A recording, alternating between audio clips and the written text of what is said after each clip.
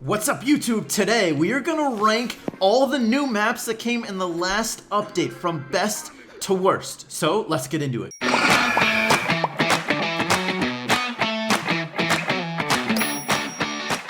Alright, I think it's about time that someone has really talked about all of the new maps overall as a whole. I mean, last update was insane in the amount of new maps that were added. 15 new maps is a crazy amount of maps. So let's go over what we think of each map, and we're going to rank them from best to worst. Now, 14 out of 15 of those maps were community-made maps. And look, I don't mean no offense by ranking your map closer to the bottom or talking about flaws with the map. First of all, just getting the map in the game is a big accomplishment, and it takes a lot of actual testing with a map to figure out how good it is, besides just putting it up on a website and it looks really good. Of course, none of these people who made these maps were able to actually test them out themselves. Now, I ranked these maps on basically about 3 separate factors for the most part. It's the gameplay quality, or how fun it is to play. Next is what sort of brawler diversity is it? Is it like all of 1 or 2 brawlers, or are there a lot of different brawlers that are played on the maps? The more brawler diversity, the better. And then the third thing is, are there any like real map flaws? Like one tile lanes. That's typically a big map flaw. And we'll talk about it as we go into it. Let's start at number 15. What I think is, of the new maps added, my least favorite one. It's gonna be Hot Maze. Now, Hot Maze is definitely, excuse the pun, hot topic among the community. Whenever it comes up, there's always a lot of people complaining about thrower teams. And in general, there's a lot of posts about it on Reddit, people complaining. A lot of people don't seem to like it that much, and personally, it doesn't have a great brawler diversity. Typically, there are a lot of thrower teams, there's a lot of very narrow corridors, a lot of one-tile gaps, which can make the gameplay a little bit frustrating sometimes. You can definitely get stuck sometimes. I think as a map idea, it's a really great idea. It's a really creative idea. It's a maze, right? That's honestly awesome for a map, but in reality, I'm not so sure it works out all that great. There's a lot of the same brawlers. You see a lot of throwers, and then thrower counters, and then counters to the thrower counters. So the brawler diversity is not that great. The gameplay can be a little iffy, so it's going to be at 15 for me. At 14, it's going to be Puddle Splash. It was called Koide Fields, and it was actually in my map contest what I picked as the winner for the Brawl Ball maps. But I did say I think this map needed to be heavily tested because Brawl Ball maps with water, I was unsure how that was going to work. I did think it was one of the most creative maps and most pleasing to look at, and it seemed really awesome.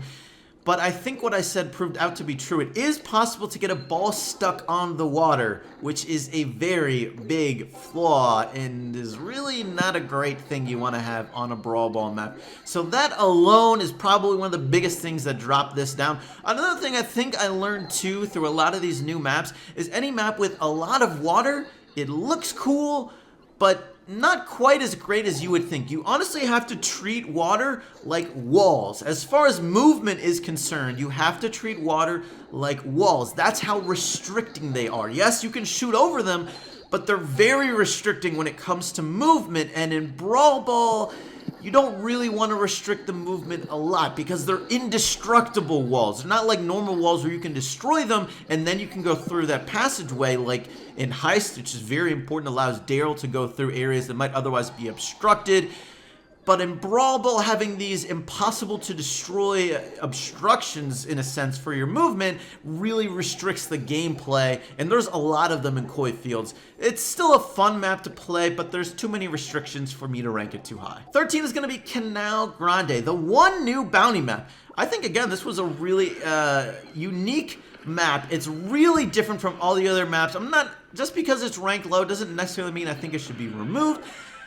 But I found personally, I didn't enjoy the gameplay on it that much. It was sort of static, I found, with just that huge divider in the middle. I thought it was kind of cool, but there were so many 2-on-1s a lot of different times. I wasn't really sure I enjoyed it a lot. And then I found you sort of got stuck on a side a lot too, which I didn't really feel like I enjoyed. You either got stuck or you had to be really, really aggressive and take a really big risk going out in the middle, which a lot of times you're facing really long-range brawlers, so It's a big risk because they can almost shoot you from the spawn when you go towards the middle.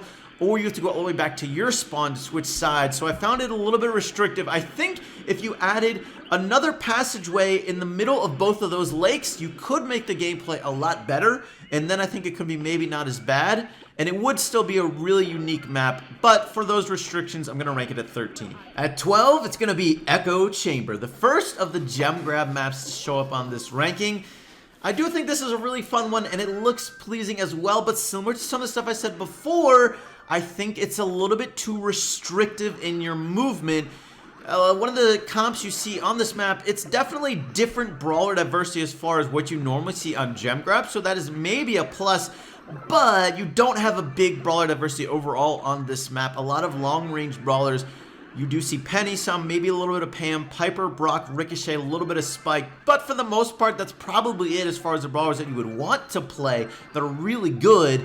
So this map definitely suffers with brawler diversity. One thing I would change with this map is I would move in the water on both sides. I'd make the gem grab spawn a little bit bigger, and then I would make it a 3-tile gap on the sides. That way it gives people a little bit more room to dodge if they do want to try and advance up the map. It wouldn't change the sides very much, but I do think the middle needs to be a little bit bigger. There's a really big risk anytime you go for gems, which is kind of exciting, but it's also really, really frustrating because you can be completely dominating a game and then just taking that small risk, what is normally a small risk, to go and get those gems, and you can just completely die because you have nowhere to escape. Your movements are very obvious, and it's really easy to get hit. So I would widen the middle a little bit, but for those restrictions, it's going to be a 12. Now at 11, it's going to be another gem grab map, Flooded Mine. I think Flooded Mine is pretty good as a map. I like it. It is definitely unique. There's a lot of patches of grass on 2 different sides, creating really unique gameplay. One thing I do find a little bit frustrating is how the spawns are set up. I think I would change that a little bit. It's a little bit annoying to have to go all the way around to the side on the right to be able to get to that side. That one lake is definitely really restricting. I think it's a little bit too easy to spawn trap an enemy on this map. There's 2 super distinct and sort of small lanes. It just makes it pretty easy to spawn trap people. I think if you can make it a little bit harder to spawn trap the enemy, this map would be a good amount better. There is a good amount of brawler diversity, and I do think it's a kind of fun map to play, but I just think it's a little bit too easy to spawn trap for me. At 10, it's going to be Cactus Coral, the first of the new heist maps. I think this is another fun one as well.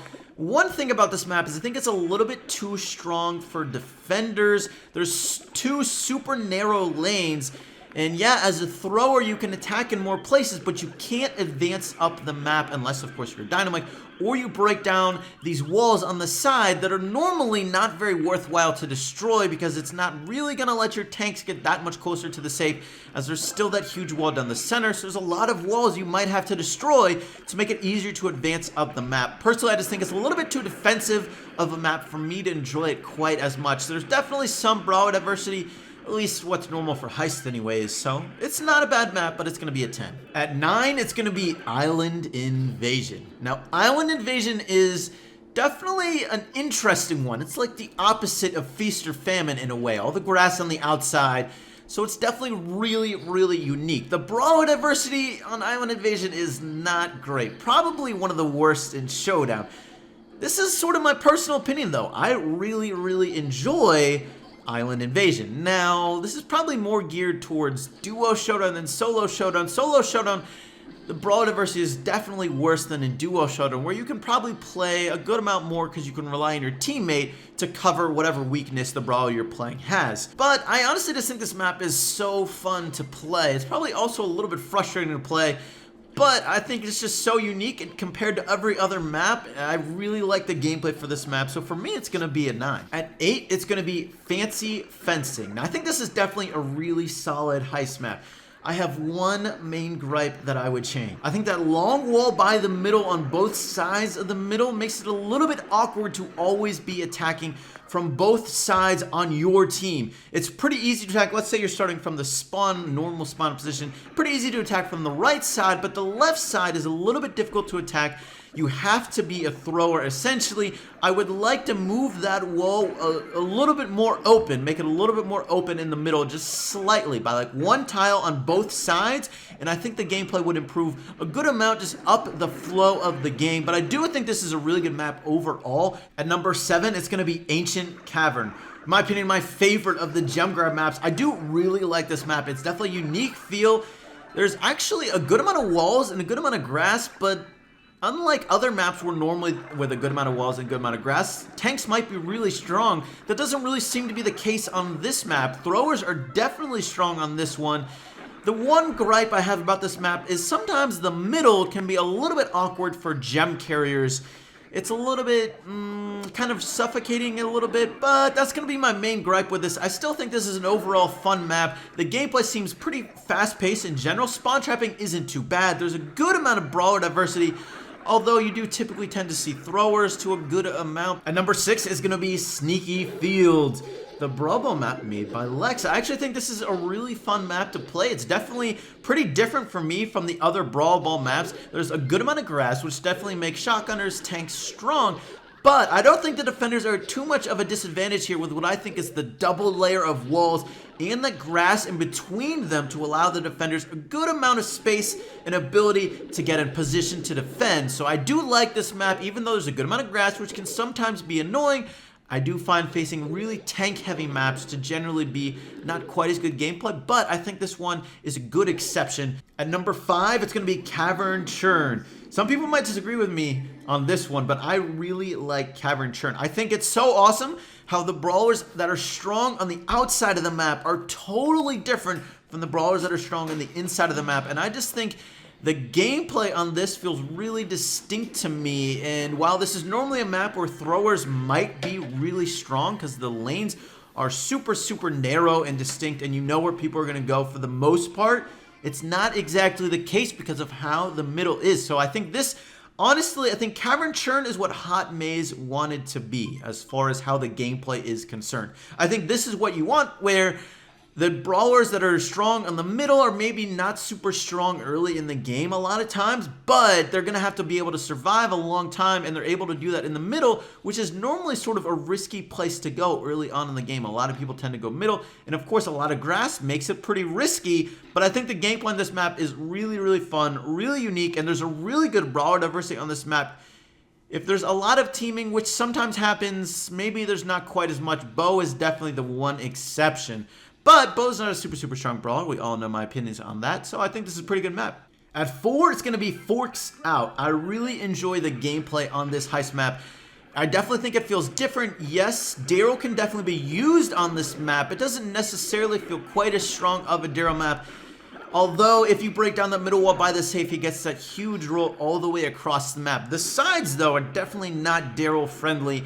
And I do feel like I really enjoy the gameplay and the pace of this on allowing people to switch sides, but it's very distinct lanes, but you can also go in and out of them really often and easily, which I think is great to have those distinct lanes, but allowing people to switch between them can really switch up the pace of the gameplay and what brawlers are used. There's a good brawler diversity on this map as well. You can definitely use a lot of different brawlers, I feel like, for a heist map as far as that's concerned, and I think it's good pacing overall. I do really like this map. At number 3, it's going to be Super Stadium. I think this map has fantastic gameplay, definitely a little bit more varied than you might see from normal Brawl Ball. I think the wall variations is definitely what makes this map fun and unique. There's, of course, totally different walls you normally see on a normal Brawl Ball map. I like that depending on which side of the map definitely favors different types of brawlers, which is definitely, I think, good to allow different brawler diversity. And overall, honestly, I just found this the most fun Brawl Ball map to play. At number 2, it's going to be Bone Tunnel. Now, this is definitely a personal opinion thing here. Some people might probably kind of hate Bone Tunnel. It probably doesn't have the greatest brawler diversity as far as how many different brawlers are played on this map, but it is different brawler diversity than you normally see in Heist. The fact that you can do triple tank, I think, makes it really fun. Honestly, all the games on this map I found are really fast-paced, really back and forth, action constantly going on. One thing I feel like Heist suffers from a lot is when too many choke points, the game can get too stale and too slow. Look at GG Corral. The beginning is one of the most boring things in Brawl Stars, but this map does not have that problem at all. I feel like it's really fast flowing. There's always action going on. You're always attacking, always defending. One of the two is always happening. I really just enjoy the gameplay on this map, and I just did a video on it, so maybe you saw a little bit of that too. At number 1, what I think is the best of the new maps, it's Scorched Stone. I have a lot of fun playing Scorched Stone every time it comes up, whether it's solo showdown, duo showdown, and honestly, I think Scorched Stone is probably the best of the showdown maps for any of the event modifiers. I think the gameplay flow on this map is fantastic. It's definitely different from any of the other showdown maps. One thing that's really unique about Scorched Stone is the middle of the map. While there is a good amount of grass, it's really different from the other maps, other showdown maps where there might be a lot of grass in the middle. I think that huge block wall in the middle allows people to actually hide in the middle of those grass. A lot of times there's a lot of grass, but not a lot of cover, so people can easily check the grass in the middle. Not so in Scorched Stone with all of those cactuses and that big block in the middle, allowing you to switch where you're coming from or hide behind that wall in different places. Now, one thing I also like about Scorched Stone is how the walls are facing. What those walls do outside of the middle is they honestly protect you from the middle, but they don't protect you from the sides very well. So it really allows people to flow around the sides of the map really often, and then every once in a while they might make risks and go towards the middle, or they might go around the side closer to the middle, but definitely taking a lot of risk every time you do that. So definitely the gameplay on this can be really varied. I think you can play a lot of different brawlers on this map because of being able to play either on the outside of the middle or trying to stay in the middle, and being able to actually stay alive on this map can be a really big difference. Well, that's going to be our ranking video of the new maps. Let me know your favorite one or your least favorite one down below. I hope you enjoyed today's video. Thank you so much for watching, and I'll catch you later.